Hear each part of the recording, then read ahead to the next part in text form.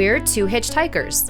We met while hiking Mount Baldy with mutual friends, wasted no time, got engaged on a frozen alpine lake, got hitched, and have been adventuring together since. We're embarking on a new adventure of living big in a tiny home. Let's see how this goes. Adventure awaits.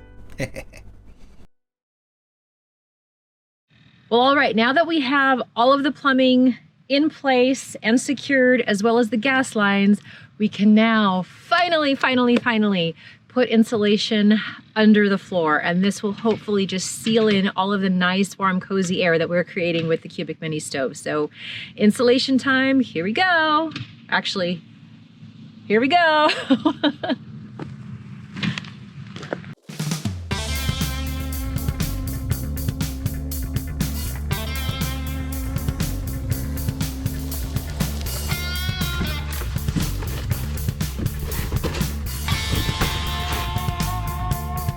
It was once again time to suit up. The insulation was a fairly straightforward process because it can basically be molded and squished into, onto, and around objects with ease. Granted, Ruben only had about 18 inches of crawl space to fit into.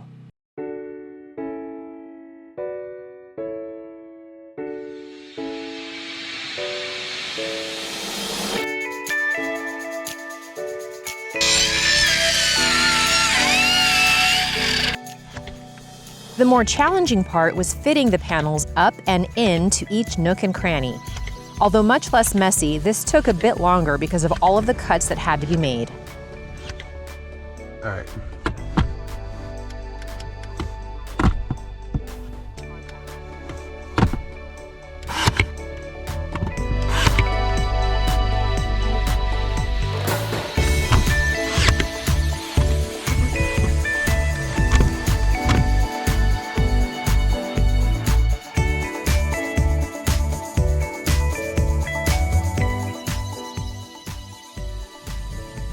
At the end of the day, dark clouds started rolling in, so we made quick work of cleaning up and waited out the storm so Ruben could finish up the next morning.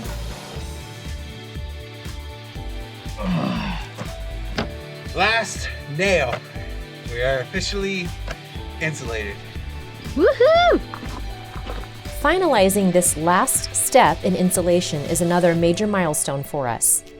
Did you know that a typical poorly insulated house can lose 15% of heat through doors and windows, 25% through the roof, as much as 35% through the walls, and 15% through the floor? We have insulated walls, a door, roof, double-pane windows, and now an insulated floor.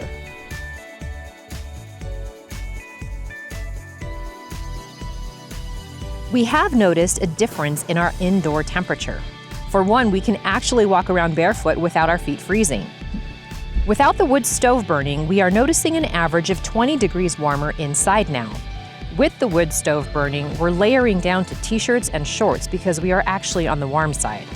We are assuming that once we do install the floor and that we have the interior built out more, our inside temperature might stabilize a bit more and we won't have to rely on so much heat output from the wood stove.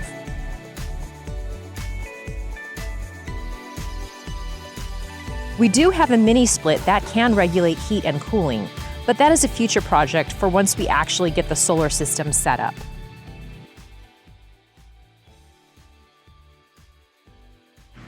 Okay, so it is currently, according to the temperature gauge inside the car, it says it's 21 degrees, and I'm checking the weather right now, and oh, it says it's warmed up to 30. That's gone up quite a bit.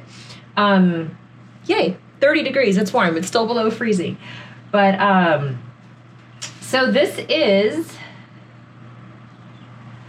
where I am still working on videos. I am in the shipping container, and the shipping containers are not insulated because we haven't worked on these at all. These were never meant to be lived in. This is just a place to house all of our things, and including our food, which, by the way, it is so cold here. This is olive oil. It's frozen, and it probably has not thawed out in about 2 weeks at this point. I'm not relying on this olive oil right now. I've got other olive oil, but it just goes to show you how cold it is in here. And yes, this is where I work on the videos because we don't have dedicated electricity in the casita yet. We're just working on this very small amount of electricity to make sure that our gadgets are powered and we have some light and a little bit of fan for air circulation. So I come here to work on these videos in these sub-freezing temperatures so that we can still share these videos with you. Ruben is currently diagnosing a vehicle for somebody in the area, and potentially he'll be working there for most of the morning. But what I try to do is in between projects or in between chores, like chopping firewood, for example, which we go through very quickly here, I try to come and work on these videos. And yes, it is sub-freezing temperatures, but there's no other way we can get this done. So it goes without saying that when you watch these videos, we really, really appreciate it because it is truly a labor of love. We're not getting monetized for any of these videos, and this is just a way for us to share our journey with you. Initially, we started this channel just to share our adventures with our parents, and then when we decided to start doing this build, we extended it to our family. And now we have friends and loved ones that follow along and other people that we don't know, which is very exciting to us. So the fact that you are watching these videos really does mean a lot. We know your life is very busy, so we do appreciate it. In addition to you watching these videos, it really does mean a lot if you subscribe and even if you like the video, and even comment, because all of those interactions, it really does help push the video out to more people who might be interested in this content. And it's all feeding the algorithm essentially. So we really do encourage you to put your comments, your feedback, your critiques in the comment section. I know a lot of people still message us directly, which is completely fine, but it really does help if you put it in the comments. And just because a lot does go into making these videos. So this is a video I'm working on for this coming week, and hopefully you do enjoy it.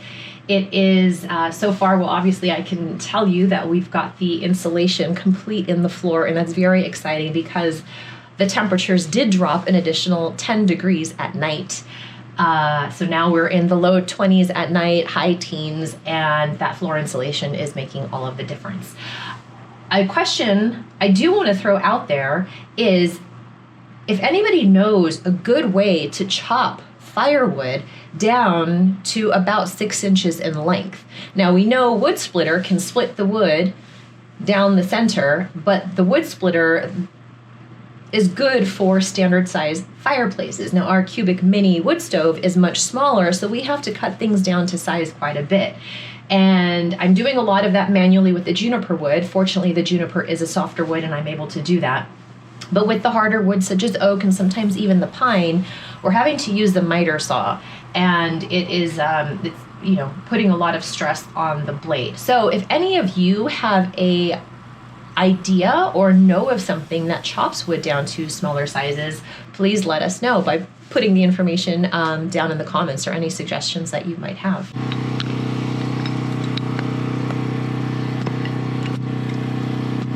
Why don't you put up your chair? Because I'm doing the small pieces first.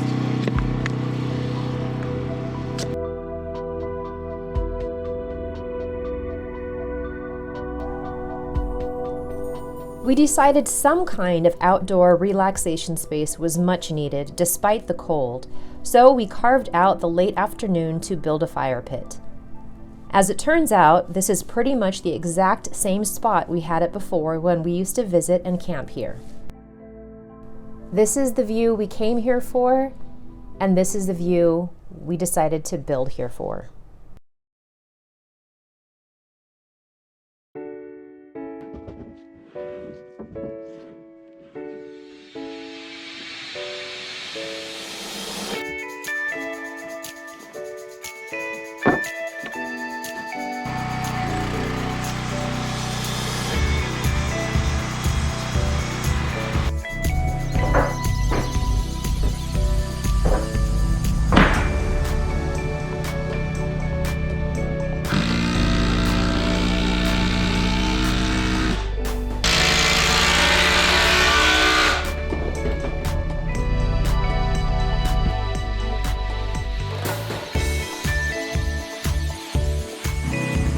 so what we have going on here is the initial framing that will be separating the main part of the house from the restroom.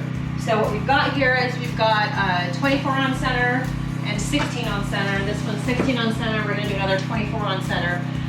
This would standardly be 24 on center all the way across, but we are going to be also putting cedar planks here, and they're going to be staggered, so we need these two right here to be able to accommodate where we're going to anchor those down to.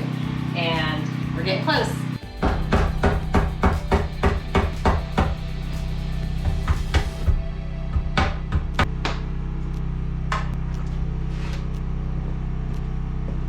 That's low. Are you on the level, Ruben? This is on the level. Cool. This week, we continue working on framing up the restroom area and getting this part of the house situated. Check back next Sunday for updates to see how far we get with this part of the project. Thanks for watching. See you soon.